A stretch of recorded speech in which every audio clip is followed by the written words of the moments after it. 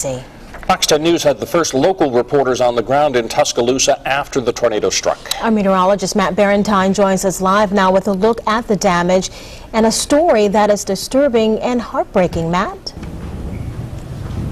Yeah, guys, right now I'm off of Hargrove Road in Tuscaloosa, scene of a lot of tragedy here in this small town. We're seeing a lot of destruction around here, and there's a lot more of it as we go further down into some of these city blocks.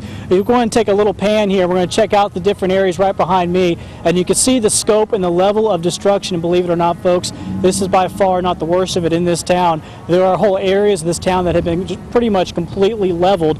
Obviously, dozens have been killed here. Hundreds have been injured. A little bit earlier today, I came across a very, very sad scene. One of the fatalities was pulled from the rubble. She was with her boyfriend and his two roommates and their two dogs all together in a closet, and everyone walked away but the dogs and Ashley.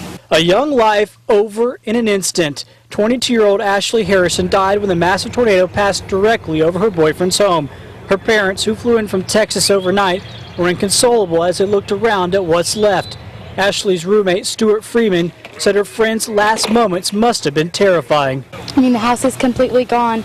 Like, those cinder blocks are the foundation, that's it. And everything's all over here in trees. This is Carson's closet and some of her belongings in here, and it's just a tragedy. Marian Perrette is one of the many rescuers who worked through the night looking for Ashley.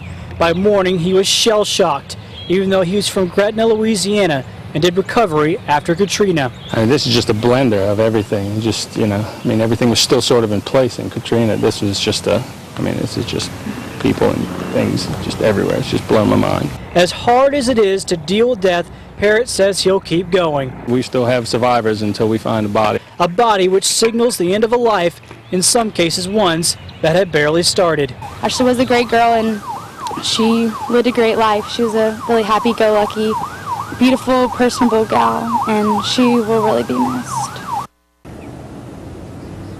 Now, Ashley and Stuart, after they got done with this semester, the spring semester, for the summer, they had internships in Washington, D.C., and they planned on being roommates up there as well.